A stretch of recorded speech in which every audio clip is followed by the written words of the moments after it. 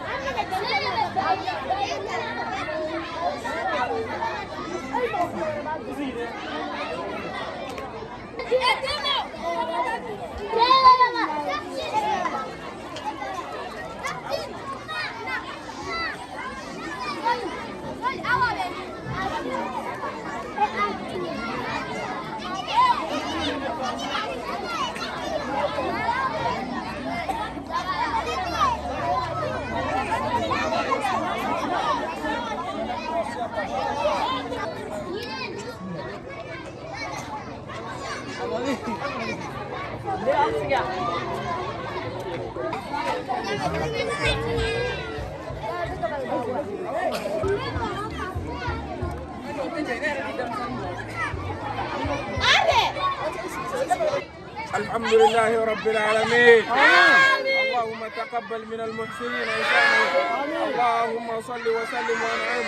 Ve barik ala abdika ve rasulika. Muhammed sallallahu aleyhi ve aleyhi ve sellem. Allahümme teqabbel minel muhsinin ihsanahum. Allahümme zidhum tevfiqan ya Rabbel alemin. Allahümme barik lana fi mesaina kulliha ya Rabbel alemin. Yasin vel Kur'anil hakim. İnneke leminel mursalin. Ala sıratin müstakim.